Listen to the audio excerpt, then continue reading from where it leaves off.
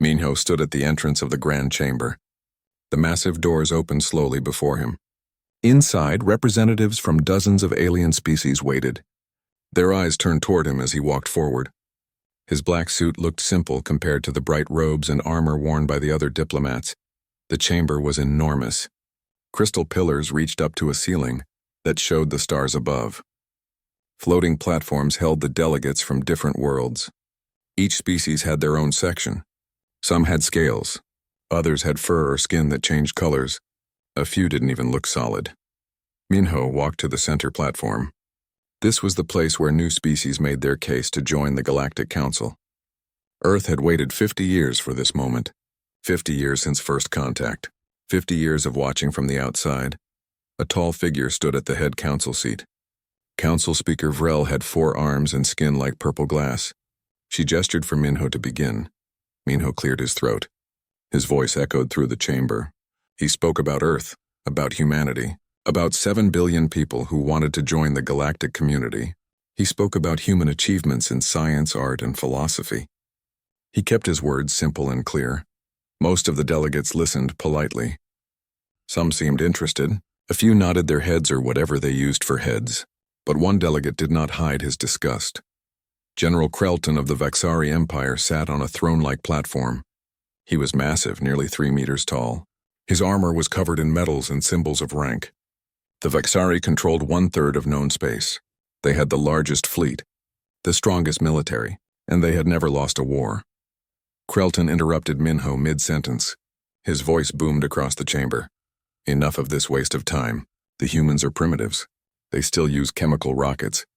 They fight wars on their own planet. They have barely left their star system. Minho remained calm. He had expected resistance. The Vaxari opposed every new member unless they could control them. General Krelton, Minho said, we have prepared evidence of our technological progress. We have achieved faster-than-light communication. Our medical advances have eliminated most diseases. Our computer systems rival any in the galaxy. He pulled out a small device and activated it. Holographic displays appeared around the chamber. They showed Earth space stations, mining operations on Mars and the asteroid belt, research facilities on the moons of Jupiter, advanced fusion reactors, quantum computers, gene therapy centers. Several delegates leaned forward with interest. Even Speaker Vrel looked impressed. But Krelton's expression darkened. Technology means nothing, Krelton said. The galaxy has seen thousands of species rise and fall. What makes humans special? You are weak, small, you have no natural weapons, no armor, no superior strength. Minho continued to speak calmly. General, strength comes in many forms. Humanity has survived ice ages, plagues, and natural disasters. We have learned to adapt, to overcome, to innovate. Krelton stood up from his throne. His heavy boots made the platform shake as he walked to the edge. He pointed one massive finger at Minho. You speak of survival? The Vaxari have conquered 40 star systems. We have subjugated lesser races. We maintain order in this galaxy, and you dare to compare your pathetic species to ours? The chamber fell silent. Other delegates shifted uncomfortably. No one spoke against the Vaxari. Not openly. Their military power kept most species in line. Minho took a slow breath. General, I mean no disrespect. I only wish to present Earth's case fairly. Disrespect? Krelton's voice rose. Your mere presence here is an insult. Humans are not ready for the Council. You will never be ready. Your kind should stay on your little planet and be grateful we allow you to exist. Speaker Vrel tried to interrupt. General Krelton, please. The human delegate has followed proper protocol. But Krelton was not finished. He activated his platform's controls and moved it closer to Minho. The general looked down at the human with pure contempt. You want to know what I think of your petition? Krelton asked. Before anyone could react, Krelton's platform descended rapidly. He stepped off and walked toward Minho. The general's huge form towered over the human diplomat. Minho stood his ground. He did not step back. He looked up at the general with steady eyes. Krelton's hand moved faster than most could see. The back of his massive fist struck Minho across the face. The sound echoed through the chamber like a gunshot. Minho's head snapped to the side. He stumbled but did not fall. Blood began to drip from his split lip. A red mark appeared on his cheek where the general's knuckles had connected. The entire chamber gasped. Delegates jumped to their feet. Speaker Vrel shouted for order. But everyone stared at what had just happened. Physical violence was forbidden in the Grand Chamber. It had not happened in over 200 years. The sacred rules of diplomacy had just been shattered. Minho slowly straightened. He wiped the blood from his mouth with the back of his hand. He did not touch his face otherwise. He did not cry out. He did not show anger. Instead, he looked directly at Krelton. His eyes were cold now, hard. The general saw something in that look that made him pause. Minho reached up and tapped a small device on his collar. His voice was quiet but clear. "Recording transmitted to Earth," he said. "All data sent." "Stand by for response," Krelton laughed. "What will your planet do? Send a strongly worded message? File a complaint?" Minho did not answer. He simply stood there, blood running down his chin, while the entire Galactic Council watched in shock. The transmission had been sent. Everything that happened here would reach Earth within hours. Speaker Vrel called for security. She declared the session suspended. General Krelton returned to his platform, still laughing. He thought the matter was finished, but Minho knew better. As medical staff rushed to treat his injuries, he thought about Earth, about the people watching this recording, about the leaders who would see what had been done to their representative. The galaxy had made a terrible mistake. They had struck a human diplomat, and humanity would not forget. They would not forgive. They would respond. The question was not if there would be consequences. The question was what form those consequences would take. And Minho suspected that General Krelton had just started something that would change the galaxy forever. The video reached Earth 6 hours later. It played on every screen across the planet. People watched in their homes, at work, in public squares. They saw their ambassador struck in the face. They saw the blood. They saw the humiliation. The reaction was immediate. Social media exploded with anger. News channels played the footage over and over. Within minutes, protests began forming outside government buildings. People demanded action. They demanded justice. President Sora sat in the emergency council room. The walls displayed screens showing the global response. Every major city was calling for retaliation. Every nation wanted the same thing. Around the table sat the leaders of Earth's united government. After first contact, humanity had finally come together. One world, one voice, one purpose. And now that unity was being tested, Military Commander Junho stood at the head of the table. His uniform was simple but covered in service ribbons. He had spent 30 years preparing for this exact moment. "The footage has been verified," Junho said. "Ambassador Minho was struck without provocation during a peaceful diplomatic session. Under galactic law, this is an act of war." President Sora looked around the table. She was young for a president, only 45. But she had been chosen for this exact situation. She was calm under pressure, decisive, and she understood what needed to happen. "Options," she said simply. Junho activated the holographic display. A map of local space appeared above the table. Red markers showed Vaxari territory. Blue markers showed human colonies. "We have 3 choices," Junho said. "First, we can file a formal complaint with the Galactic Council. They will investigate for years and do nothing. The Vaxari control too many votes." He pointed to another section of the map. "Second, we can impose economic sanctions. Cut off trade. Refuse diplomatic contact. This will hurt us more than them." His finger moved to the third option. Red and blue markers began to flash. "Third, we respond with force. We declare war. We show the galaxy that humanity will not be disrespected." The room fell silent. Everyone knew what war meant. The Vaxari Empire had never been defeated. They had fleets that numbered in the thousands. They had weapons that could destroy planets. "What are our chances?" asked Minister of Defense Yuna. She was a former military strategist who had helped plan Earth's defense systems. Junho's expression was hard to read. "On paper, we lose. The Vaxari outnumber us 10 to 1. They have superior shields, faster engines, more experience, but," Sora prompted. "But they have never fought humans," Junho said.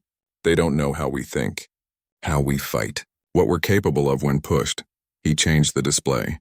Now it showed human military assets, ship counts, weapon specifications, hidden bases throughout the solar system. "For 50 years we've been preparing," Junho continued. "We built shipyards on the dark side of the moon, mining colonies in the Kuiper Belt, research stations disguised as civilian outposts. We told the galaxy we were peaceful explorers. We lied. The display showed hundreds of warships. They were not like the sleek vessels used by other species. Human ships were boxy, heavily armored, covered in weapons. They looked brutal, functional, dangerous. We have 347 capital ships ready for immediate deployment, Junho said. Another 500 in various stages of construction. Each one carries weapons the galaxy has never seen. Diplomat Gina spoke up. She was the senior member of the Foreign Relations Council. If we go to war, we lose any chance of joining the Galactic Council peacefully. We'll be labeled as aggressors, warmongers. They already see us that way, said Economic Minister Taiyang. We've been asking for membership for 50 years. They keep rejecting us. The Vaxari make sure of it. They want us isolated, weak, easy to control. President Sora stood up. Everyone fell silent. She walked to the display and looked at the map of human space. Their small corner of the galaxy, everything they had built. I've been reading about our history, she said quietly. Before unification, humanity was divided. Hundreds of nations, thousands of cultures, and we spent centuries fighting each other. She turned to face the council. We fought over land, resources, ideas, religion. We created weapons that could destroy our entire world. We came close to extinction multiple times, and somehow we survived. Her voice grew stronger. The galaxy thinks we're weak because we're small, because we're new. They think we'll accept their insults, their violence, their contempt. They're wrong. Sora looked at each person around the table. Every nation represented here has military history. We know war, we understand sacrifice, and we've all agreed that humanity must be united. We must stand together. The question is simple, she continued. Do we accept this insult? Do we let them strike our representative without consequence? Or do we show them what humanity is really capable of? One by one, the council members stood. No one spoke. They didn't need to. The decision was clear in their faces. Gina was the last to stand. She pulled out a prepared document. Her hands shook slightly as she read it aloud.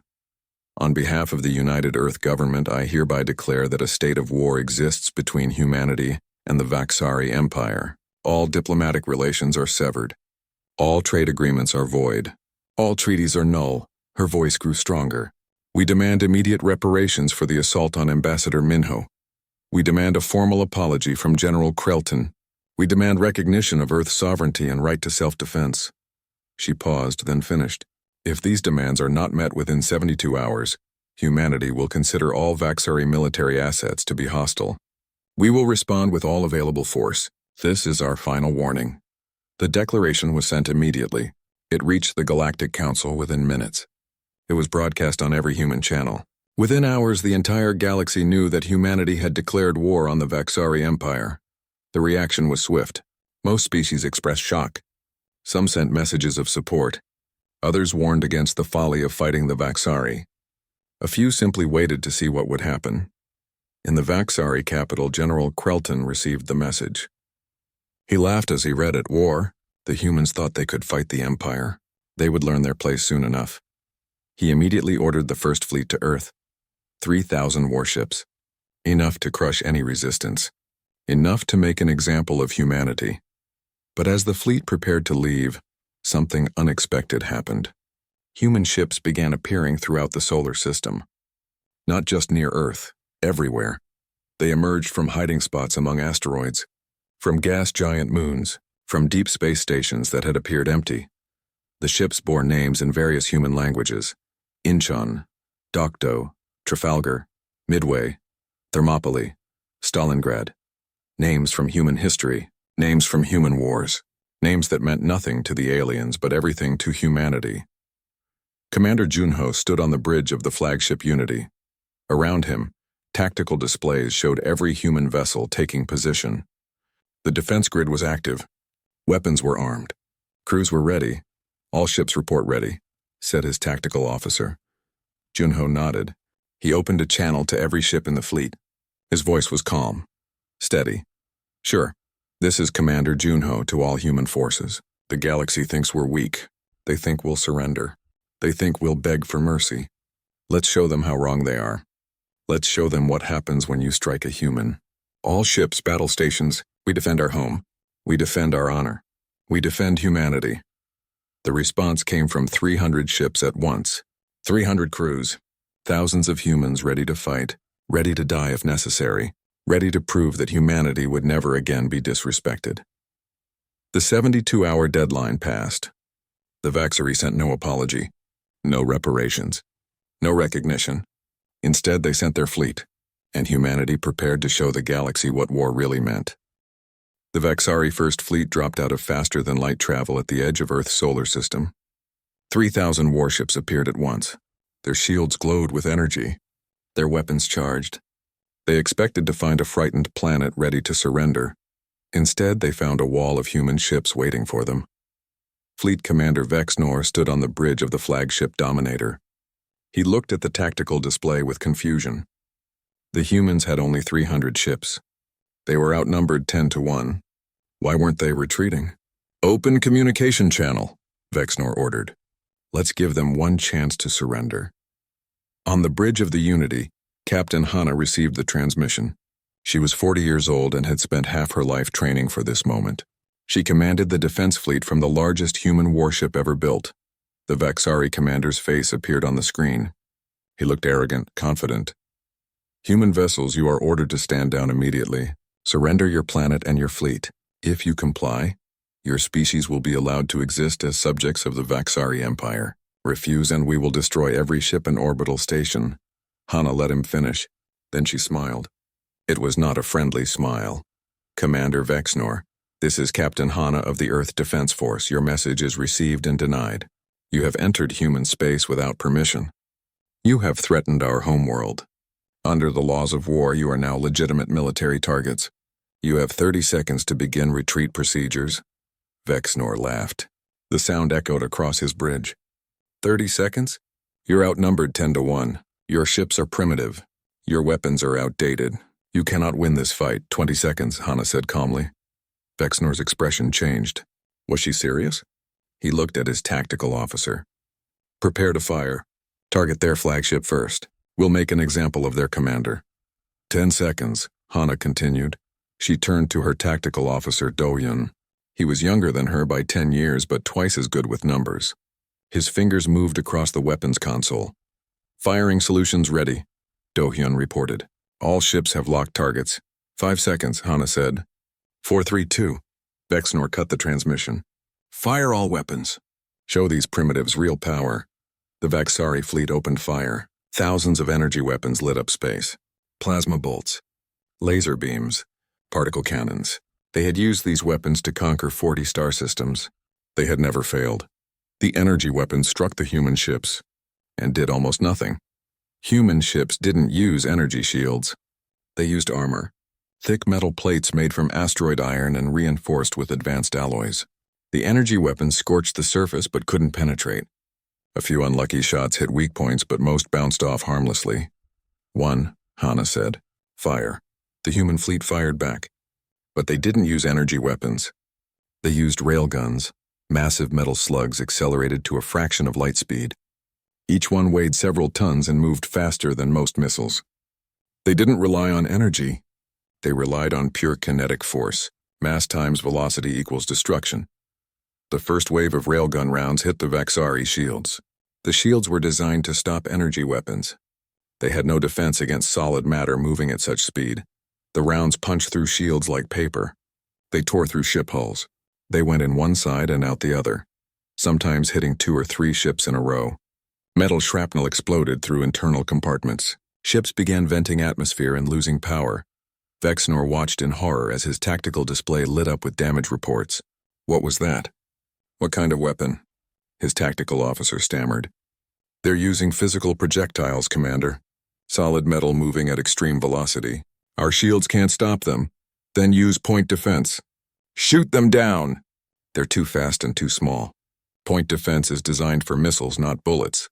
The human fleet fired again. This time they mixed in missiles. Not the smart guided missiles the Vaxari used.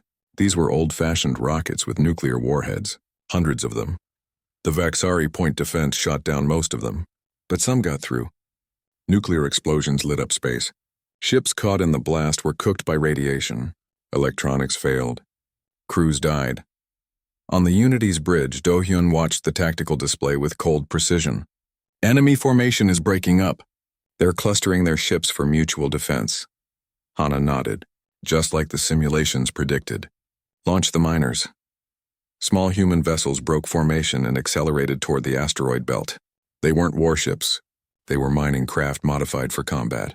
Each one carried powerful magnetic grapples. The miners grabbed asteroids and accelerated them toward the Vaxari fleet. Rocks the size of buildings began flying through space at incredible speed. The Vaxari tried to shoot them down, but there were too many. The asteroids smashed into clustered ships, causing massive damage. Vexnor realized his mistake. The humans weren't fighting like civilized species. They didn't follow galactic warfare conventions. They used primitive, brutal, effective tactics. All ships break formation. Scatter and regroup at rally point 7. As the Vaxari ships tried to scatter, the human fleet changed tactics again. They stopped firing at long range. Instead, they accelerated directly toward the enemy. Hana's ship led the charge. Human vessels moved faster than expected. They used gravity assists from Jupiter and Saturn, slingshotting themselves around the gas giants to build up speed. The Vaxari weapons couldn't track them properly. At close range, the human ships revealed more weapons. Point defense lasers designed to shoot down incoming fire. But the humans used them offensively, targeting enemy sensors and communication arrays. Vaxari ships went blind and deaf. Some human ships actually rammed enemy vessels. Their thick armor allowed them to survive the impact. The Vaxari ships built for long-range combat crumpled like tin cans. The battle lasted 4 hours. By the end, the Vaxari First Fleet was in full retreat. They had lost over 1,500 ships, nearly half their force. The humans had lost only 47 vessels. Vexnor sat in his damaged command chair watching his fleet flee. This wasn't possible. The humans were primitives. They used chemical rockets and kinetic weapons. They had no right to win, but they had won. And they had done it by fighting in a way the galaxy had never seen. No energy shields, no plasma weapons, no elegant combat doctrine, just raw, brutal, effective warfare. On the Unity, Hana watched the enemy retreat. Her ship was damaged but still functional. Around her, the crew cheered. But she remained calm. Status report, she ordered. Do-hyun checked his displays. All remaining ships report ready for pursuit. Ammunition at 70%. Casualties are minimal. Hana shook her head. No pursuit. Let them run. Let them tell their empire what happened here. Let them spread the word. She opened a channel to Earth. This is Captain Hana. The enemy has been repelled. The solar system is secure. Earth is safe. On Earth, billions of people watched the battle footage. They saw their ships fight. They saw the enemy retreat. They saw humanity win its first major space battle. The celebrations would last for days. But for the military commanders, the work was just beginning. This was only the first battle. The Vaxari Empire would send more ships, bigger fleets, better tactics, but now the galaxy knew the truth. Humanity could fight. And when humans fought, they fought to win. They didn't care about honor or tradition or the proper way to conduct warfare. They cared about survival, about protecting their home, about proving that no one could strike them without consequence. The message was clear. Humanity had entered the galactic stage, and they had done it by winning a war that everyone said they would lose. The question now was not if humans could fight. The question was how far they would go to prove their point. 6 months after the first battle, human fleets pushed deep into Vaxari territory. They didn't come as conquerors. They came as liberators. World after world, humanity freed species that had been enslaved by the Vaxari for centuries. The humans brought food, medical supplies, and military protection. They asked for nothing in return except friendship. Commander Junho stood on the bridge of his flagship, watching another planet celebrate its freedom. The Unity had become a symbol of human power. It had fought in every major battle. It had never been defeated. Sir, we're receiving a transmission from the Vaxari High Command, his communication officer reported. They're requesting negotiations. Junho smiled slightly. Tell them we'll negotiate, but only on our terms, and only with General Krelton present. The meeting took place on a neutral station. Security was heavy. Both sides brought their best diplomats and military commanders. And both sides brought the key figures from the incident that started it all. Ambassador Minho walked into the negotiation room. His face had healed, but a small scar remained where Krelton's fist had split his lip. He wore it proudly. It was a reminder of why they fought. On the other side of the table sat General Krelton. He was in chains. His armor had been stripped away. His medals were gone. He looked small now, defeated. Minho sat down directly across from him. Their eyes met. Krelton looked away first. The Vexari lead negotiator began to speak, but Minho held up his hand. "Before we discuss terms, I want to hear from him," Minho said, pointing at Krelton. "I want to hear what he has to say now." Krelton's jaw tightened. Pride warred with reality in his expression. Finally, he spoke. "I underestimated your species," he said quietly. "I thought you were weak, primitive. I was wrong. Is that an apology?" Minho asked. Krelton hesitated, then nodded slowly. "Yes, I apologize for striking you, for disrespecting your species, for starting a war that has cost millions of lives." Minho studied him for a long moment. Then he nodded. "Apology accepted. Now let's discuss how to end this war." The negotiations lasted 3 days. The Vexari wanted to maintain some of their territory. They wanted to keep their military. They wanted to save face. Humanity said no to all of it. "You will release every conquered species," Minho stated. "You will reduce your military to defensive forces only. You will pay reparations to every world you've oppressed. And you will accept oversight from a reformed Galactic Council." The Vexari negotiator protested. "These terms are too harsh. You're destroying our empire, our culture, our way of life." Commander Junho, who had been silent until now, leaned forward. "Your way of life was built on conquering others, on oppression, on violence. It ends now.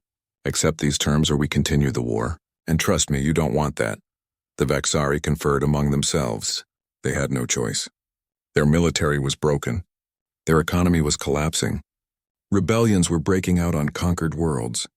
They needed peace. They agreed to the terms. The peace treaty was signed 1 week later in the Grand Chamber of the Galactic Council. Representatives from every species attended. The chamber that had witnessed the beginning of the war now witnessed its end. But humanity wasn't finished. President Sora had one more announcement to make. She stood at the center platform where Minho had stood months ago. She looked around at all the delegates. Her voice was clear and strong. "The Galactic Council has operated the same way for centuries," she began. "Large empires dominate. Small species are ignored. Power determines policy. This system allowed the Vexari to conquer and oppress for generations. It allowed injustice to flourish." She paused. "That changes today. Humanity proposes a complete restructuring of this council. Equal representation for all species regardless of size or military power. Mandatory intervention when one species attacks another. And most importantly, consequences for those who abuse their position." Many delegates looked shocked. Others looked hopeful. The smaller species, the ones who had suffered under Vexari rule, began to stand and cheer. Speaker Vrel called for order. When the chamber quieted, she spoke. "President Sora, your proposals are radical. They would fundamentally change how the galaxy operates." "Yes," Sora agreed. "That's the point." The old system failed. It allowed bullies to thrive. It punished the weak for being weak. "We need something better, and if we refuse," asked another large empire's representative. Sora's expression hardened. "Then humanity will create its own alliance. We'll offer protection to any species that wants it. We'll enforce justice ourselves, and we'll make sure that no empire can ever again do what the Vexari did." The message was clear. Humanity would reform the council one way or another, with or without cooperation from the existing powers. The vote took hours. In the end, the reforms passed. Not unanimously, not happily, but they passed. The galaxy was changing and humanity was leading that change. After the vote, Sora gave one final address. This one was broadcast to every inhabited world in known space. "Citizens of the galaxy, today marks a new beginning. For too long, power has been concentrated in the hands of a few empires. For too long, smaller species have lived in fear. For too long, injustice has been the norm. Humanity came to the galaxy seeking membership in your council. We were rejected. We were insulted. We were struck. And we responded not with submission but with strength. We fought a war we weren't supposed to win. We defeated an empire that had never been defeated. We did this not because we love war, but because we refused to accept injustice. We refused to bow to bullies. We refused to be afraid." Her voice grew passionate. "To the small species, the oppressed, the fearful, humanity stands with you. We will protect the weak. We will punish aggressors. We will ensure that no one suffers as you have suffered. To the large empires, the powerful, the ambitious, humanity is watching. We will not tolerate conquest. We will not permit oppression. We will respond to violence with overwhelming force. Test us if you dare. And to everyone, remember this moment. Remember what happened when General Krelton struck Ambassador Minho. Remember that humanity does not forget insults. We do not forgive violence. And we always respond. The transmission ended.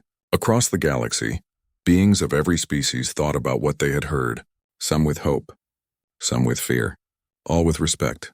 On Earth, celebrations continued. Humanity had won its war. It had secured its place in the galaxy. It had changed the course of history.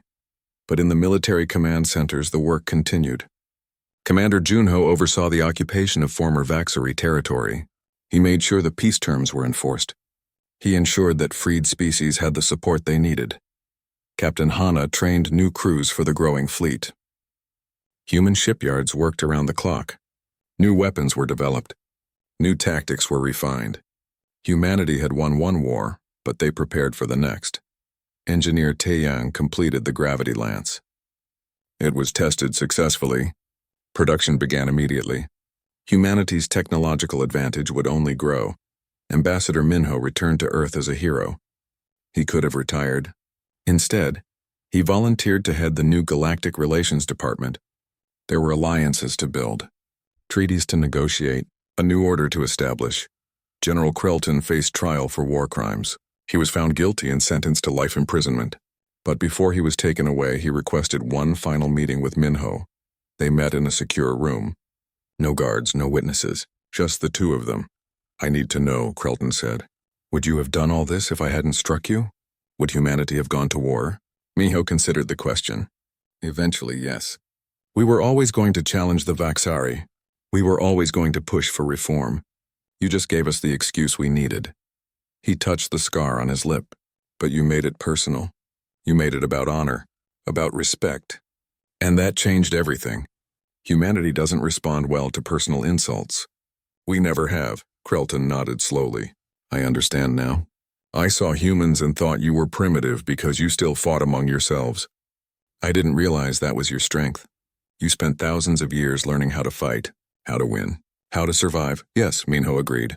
"We're born from conflict, forged in war, united by necessity. That doesn't make us evil. It makes us formidable." He stood to leave.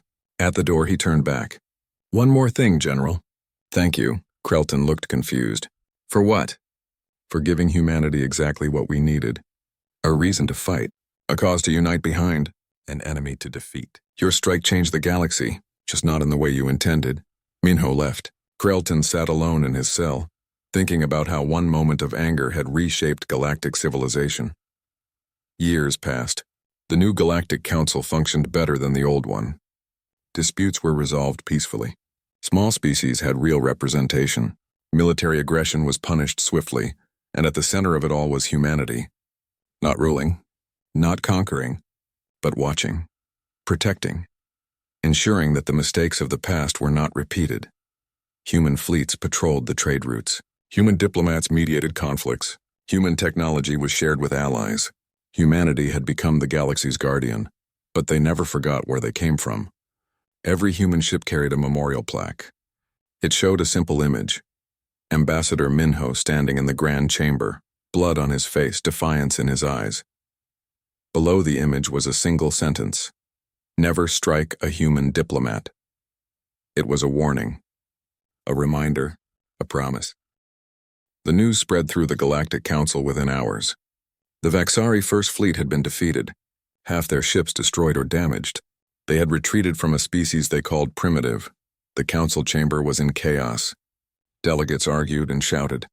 Some demanded intervention. Others called for sanctions against humanity. A few sat quietly, watching and calculating. Speaker Vrel called for order. Her forearms gestured for silence. "We have received a transmission from Earth. They wish to address the council."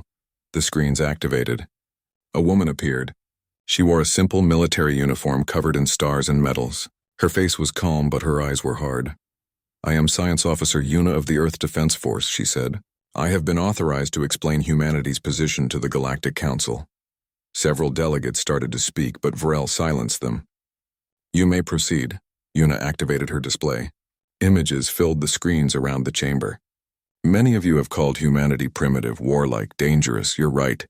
We are all of those things, but you don't understand why. The images showed Earth's history, ancient battles with swords and spears, medieval sieges, musket lines firing in formation, trench warfare, aerial bombardment, nuclear explosions. For most of our history, humanity was divided, Una continued. We had no single government, no unified species. Instead, we had hundreds of nations, thousands of cultures, and we fought constantly. More images appeared, maps showing territorial changes over centuries, empires rising and falling, borders shifting with every war. We fought over land, resources, religion, ideas. Sometimes we fought just because we were different from each other. For 10,000 years, humanity has been at war with itself. The delegates watched in stunned silence. Most species achieved space travel through cooperation. They formed planetary governments early in their development. They worked together toward common goals. Humans had done the opposite. They had competed. They had fought. They had killed each other by the millions. Every nation on Earth developed its own military, Una said, its own weapons, its own tactics. And when we fought, we learned. We adapted. We improved. She showed a timeline of weapon development. Stone tools to bronze swords, iron to steel, gunpowder to missiles, chemical to nuclear to orbital weapons. While your species were learning to cooperate, we were learning to destroy, she said bluntly. While you were building trade networks, we were building weapons. While you were making peace, we were making war. A Vaxari delegate stood up. This proves our point. Humans are violent savages. They should be contained before they threaten civilized space. Una turned her cold gaze on him. You call us savages, yet your empire has conquered 40 systems. You have subjugated dozens of species. You maintain order through military force. How are you different? The delegate had no answer. The difference, Una continued, is that we're honest about what we are. We don't pretend our violence is noble. We don't claim moral superiority while crushing the weak. We're warriors. We've always been warriors. And now we're united warriors. She changed the display. Now it showed technical specifications, human weapon systems, ship designs, military doctrine. The Vaxari fleet expected us to fight like you do, Una explained. Energy shields, plasma weapons, long-range combat. That's the galactic standard. But we didn't adopt your technology. We developed our own. The display showed railgun designs, kinetic weapons that used electromagnetic force to launch projectiles. Simple, reliable, devastatingly effective against energy shields. Your shields stop energy, she said. They're useless against solid matter. We realized this 50 years ago when we first studied galactic warfare, so we kept using kinetic weapons. We perfected them. She showed missile designs, nuclear warheads, fusion bombs, antimatter devices. Your point defense is designed for smart missiles, she continued. Guided weapons that can be jammed or confused. We use dumb missiles, just rockets with warheads. Your systems can't stop them all. Another delegate spoke up. This one was from a smaller species that had been conquered by the Vaxari centuries ago. Are you saying humanity has been preparing for war since first contact? Una nodded. Yes, we studied the galaxy. We saw how the Vaxari operated. We saw how they treated smaller species. We knew that eventually they would turn their attention to us. So we prepared. We built shipyards in secret. We trained crews. We developed tactics. We did everything quietly while pretending to be peaceful explorers. And when the Vaxari struck our ambassador, we were ready. Speaker Vrel leaned forward. What does Earth want from this council? Nothing, Una said simply. We no longer need your permission to exist. We've proven we can defend ourselves. We've shown that we're not primitives to be ignored or subjugated. Then why address us at all? Vrel asked. Because other species need to understand what humanity represents, Una replied. We're not like you. We didn't evolve through cooperation. We evolved through competition, through conflict, through war. She paused, letting her words sink in. That doesn't make us evil. It makes us different. And it makes us very, very good at one thing: fighting. On Earth, engineer Tai Yang watched the broadcast. He sat in a military research facility deep underground. Around him, scientists and engineers worked on new weapon designs. Taeyang had been part of the secret military program for 20 years. He had helped design the railguns that defeated the Vexari fleet. Now he was working on something new, something even more devastating. "How long until the gravity lance is operational?" asked his supervisor. Taeyang checked his calculations. 6 months, maybe less if we rush production. The gravity lance was humanity's next surprise, a weapon that could create localized gravity wells. It could crush ships like tin cans or scatter fleets by pulling them off course. The galaxy had nothing like it. "Good," the supervisor said. "The Vexari will regroup. They'll come back stronger. We need to be ready." Back in the council chamber, Yuna was finishing her presentation. "Humanity is not asking for peace. We're not begging for mercy. We're stating facts. The Vexari attacked us. We defended ourselves. We won. If the Vexari want war, we'll give them war. If they want peace, we'll negotiate. But we will never again accept disrespect. We will never again allow anyone to strike our representatives. We will never again be treated as inferiors." She looked directly at the camera, knowing her words would be broadcast across the entire galaxy. "Humanity has arrived. We're here to stay, and we're not asking permission anymore." The transmission ended.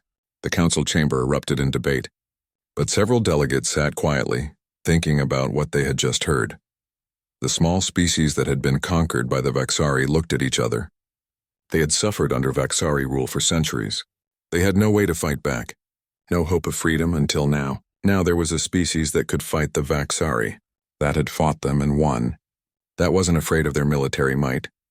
Secret messages began flowing between these species and Earth, offers of support. Intelligence about Vexari movements, promises of alliance. The galaxy was changing. For the first time in centuries, the Vexari Empire looked vulnerable. And it was all because one general had struck one human diplomat in the face. In the Vexari capital, military commanders gathered for emergency meetings. They had lost half of their first fleet. Their reputation was damaged. Other species were beginning to question their power. General Krelton, the one who had started it all, sat in a prison cell. His own government had arrested him, not for striking the human, but for causing a war they weren't prepared to fight. He sat in the darkness and wondered how it had all gone so wrong. He had struck a human, just one small human. How could that lead to this? How could that primitive species have hidden such power? The answer was simple. Humanity hadn't hidden its power. They had simply been underestimated. The galaxy had looked at humans and seen primitives. They should have looked closer. They should have studied human history. They should have realized what 10,000 years of constant warfare produces. It produces survivors. It produces innovators. It produces warriors who know that survival means being willing to do whatever it takes to win. The galaxy was learning that lesson now, and it was learning it the hard way.